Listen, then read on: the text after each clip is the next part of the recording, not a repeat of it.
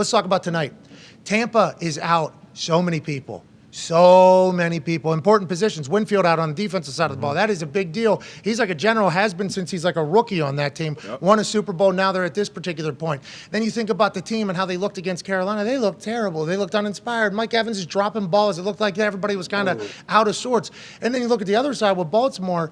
They're coming in after a win when everybody thought they were giving things up.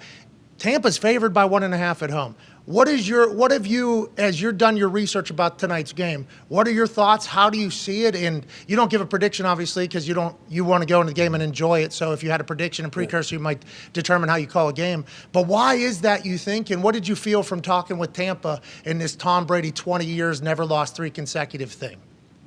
Yeah. And Darius can appreciate this because, one thing about college is you start to watch a game or a team and you start to form opinions and you start to say that's their identity, that's who they are.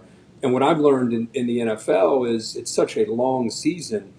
Things evolve and change. And when Tom was at New England, there were so many great examples where I think people thought, okay, they suck this year.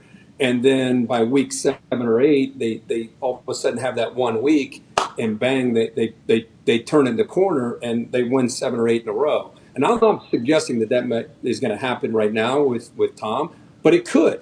I mean, it could. What you see if you watch film on them is the offensive line is in shambles. Like their offensive line, when they lost Ryan Jensen, they lost not just their bell cow up front, they lost their leader, they lost their spirit. That guy had a nastiness to him, which we watched every week that they would play, and that really rubbed off on the rest of the line. So you take him out, and they just feel like, to me, they're spinning their wheels up front. You cannot – worst team in the NFL in running the football.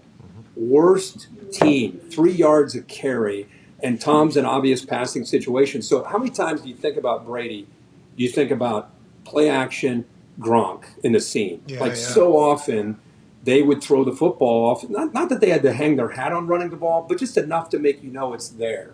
They don't have that. And you don't have Gronk. And so, not to say that they can't find it, but Todd Bowles told us an interesting thought yesterday when we met with him. He said, we're in the middle of going from who we were to who we are, and there are growing pains to get there. And we're watching those growing pains.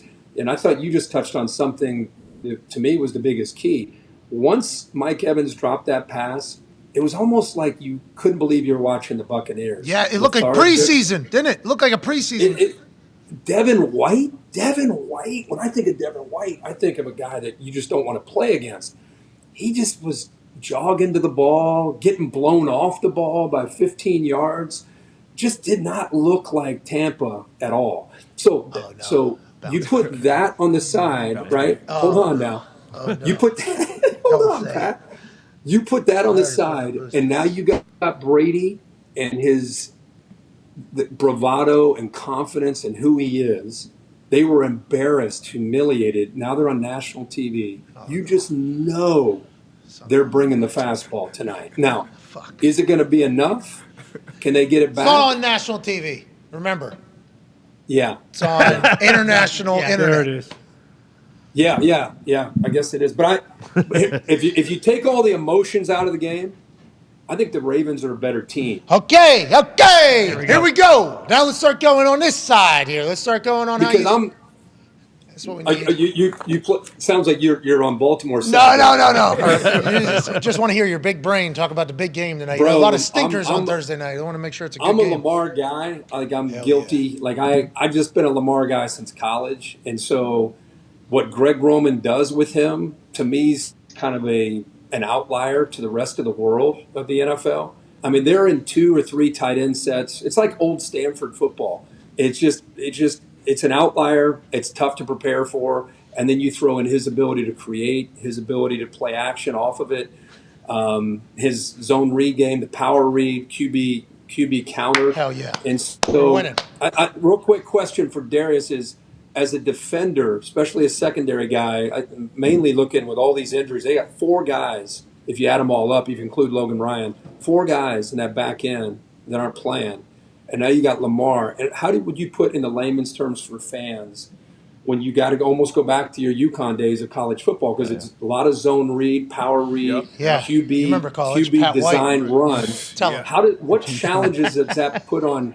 What challenges does that Tell him, put on Herbie, these Pat White. Yeah, defenses tonight? UConn. Yeah. I Tell mean, him. it starts obviously stopping that run game. 'Cause the good thing about it, dealing with those injuries on the back end, is you're not facing, a Josh Allen, Mahomes type passing game on the other side. So the first thing is setting the edge on that run game. That's the first thing. No edge, no chance, especially with a guy like Lamar Jackson. He can get out the gate early. And then the guys on the back end, even though it's going to be some young guys, they're going to have to hold their own. They're going to hold up their end on the, covering those guys deep. And Todd Bowles, obviously a great defensive mind, so he'll have those guys ready. And like you said, short week, after a stinker like that. Who's that benefit? Short week. Who's that benefit, you think? Because The Lamar, home team, number one, I think. Definitely home team. And then the more veteran team. So I think obviously going to have some young guys out there, but the quicker you can get out there and get that stink off you, the better. So I think I like the Bucs. Herbie, what is the record on Thursday night for home teams? I'm sure that's something that you know, right? Do you guys talk about that ever or no? We're just trying to get touchdowns on Thursday. I'm not. Hear that? I don't know. We're just trying to get points. All right. Hey, Herbie, I appreciate the hell out of you. Lost 4 of their last 5. Whoa. Struggling on offense. Redemption. Defense is struggling. A lot of drama going on down there, AJ. A lot of drama. Started a long time ago. We've heard people talk about, hey, embarrassed that way. The way they got embarrassed at Carolina. Bad. Despicable. And a group of men in that room, humiliated. I heard humiliated earlier, I think. Yeah, I think. Who was it? I think Herbie. Herbie, right? Said humiliated. They're going to show up. It just seems like a perfect time for them to whatever, right? Silence the haters.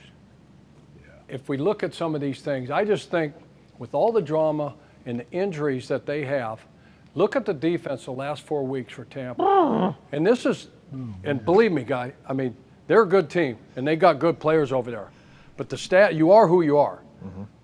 Crown. You are what your record says you are, right? Crown 'em. The last 4 weeks, right? Opponent QBR, worst. Takeaways, only 1, tied for worst. Third down percentage, tied for worst. Judas Bruce. You tell me. Not good. Lamar Jackson, Greg Roman run game, all that beef. Dynamic. Tight end, Ricard, What? all that. Gus C. Edwards pumping it. Gus Boss. Davis and Winfield, Carlton Davis, Antoine Winfield Jr., Davis III, they're out. Out. No bunting. Why? Bucks 32nd. Run yards a game against that defense. And there will be no fourth quarter collapse. Okay. There will be no fourth quarter collapse. We're done with that stuff. We got away with it last week against Cleveland. Baltimore did. Back in They their did. locker room. Harbaugh's here? Back in there. Yeah, sorry. They got away with it last week. They had a chance, right? The Giants game. Think about the Giants game. Lost the Giants game, right? Yeah. They've got the ball. It's 3rd and 1. They've got the ball. Oh, yeah. And they get a first down. But what happened? Who can remember what happened? Bad snap in the pick. Zito, you with me? What Hell happened? yeah. What happened? Fumble. No, hell no, fumble. They got the first down. That's what I meant. They lined up an unbalanced. We just saw an unbalanced formation, right? Yeah. Yes, coach. And the dude, 89, there's a tackle over, all right? And 89 should be where? Off the ball. On the the ball. ball. You got to cover that guy up. On the ball. Okay, so they got an ineligible number sitting there right there, and he was off the ball. They did a little run play sneak over here to the left with LJ. Got the first down, but no. Illegal formation. Come on, Mark. So now they go third and 6. It was like less than yards, so 5.5, 6 yards. That's when the fumble happened. Oh. Center, alluding to that. bad snap. It was loud as hell. They're back in the game. Bad snap, fumble, Thibodeau, whatever. I think whatever his name is, Oh, yeah. right? 5. Yeah. Fumble, lose the game. Then last week, Cleveland Browns handed off to, what was his name? What did you guys tell me the kid's name was? Justice Hill. They got the ball late, 4th quarter, driving down. They're going to eat up the whole clock. Nobody takes the air out of a game like the Ravens. Fumbled the ball, but they got out of that one. Blocked a field goal. So,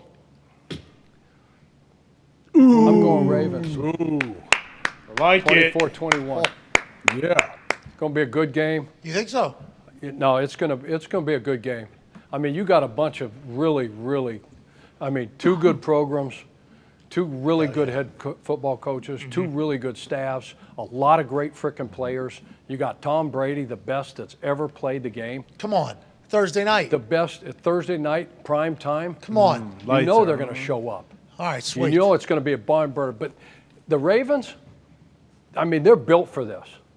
They're going to get a face full of Ravens. It's going to be a hell of a game. All right, let's go, baby. Yeah. I like hearing that out of Chuck because he knows his shit. He studies for this. Chuck, I appreciate the hell out of you. Those were incredible, Appreciate you Coach guys. Peace Keys. And your selection Appreciate you guys. is on our side. Appreciate your Coach, you want to help. throw Thank some? you. You want Thank to you, throw a Chuck. couple? Oh, hell yeah. Appreciate it, Coach. Hey, Coach, on the way out, Love you. you like Baltimore 24-21? If Baltimore wins and you make this throw, we will give 10 people $1,000. Whoa. Holy shit. How many tries do I get? 2, I got one here, too. 3, There's 3. Holding on to the fumble. 10 people, 1,000. Baltimore also has to win, though, because that is your selection. So it is a little bit of a parlay of things that have to happen. One of those things could be you making a football shot. Coach P's Keys host, Chuck Pagano. Oh! On this Thursday Night Football, Come on, Thursday, Chuck. as Baltimore goes to Tampa, Chuck Pagano.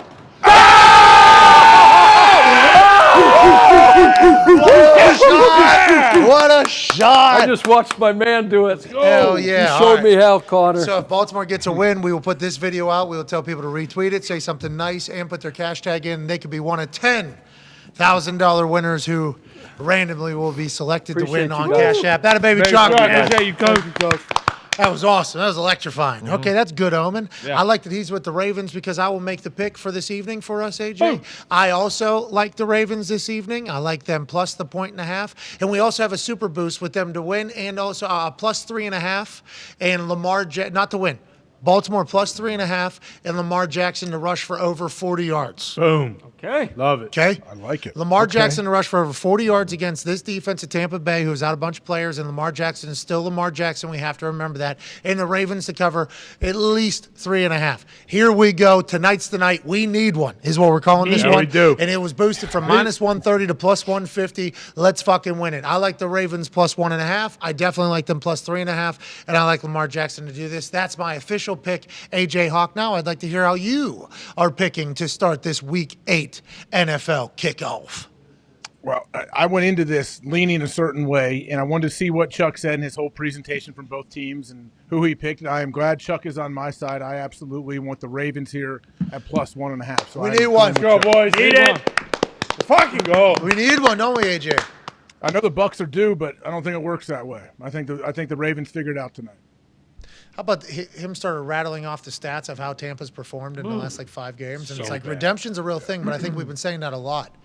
And just like to your point earlier, Ty,